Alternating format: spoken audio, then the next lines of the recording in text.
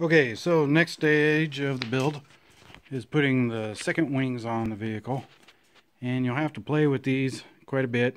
And like everything else, you need several pairs of hands and or clamps.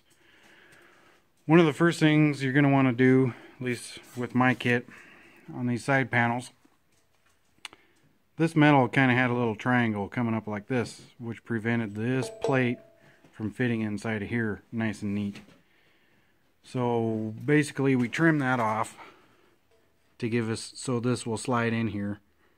And then you're also, before you want to fit it, going to want to bend this down tight and tack weld it so that you can tell how your gap is looking to your sheet metal. Now, again, every kit's going to be different, but ours stuck out there quite a bit.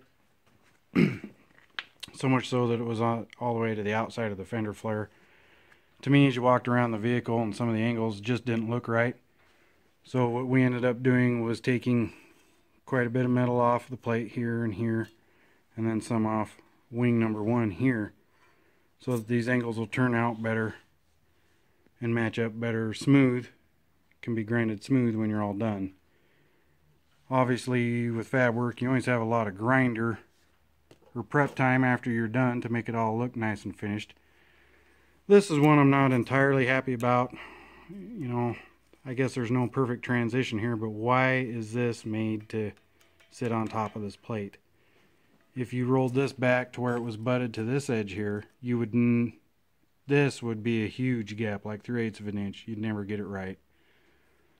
So that tells me that they intended for this to be up here, which, you know, I guess is fine. We can weld it and make it all look good when we're done, again with more grinder work, but I don't know, something's just not 100% right about that to me.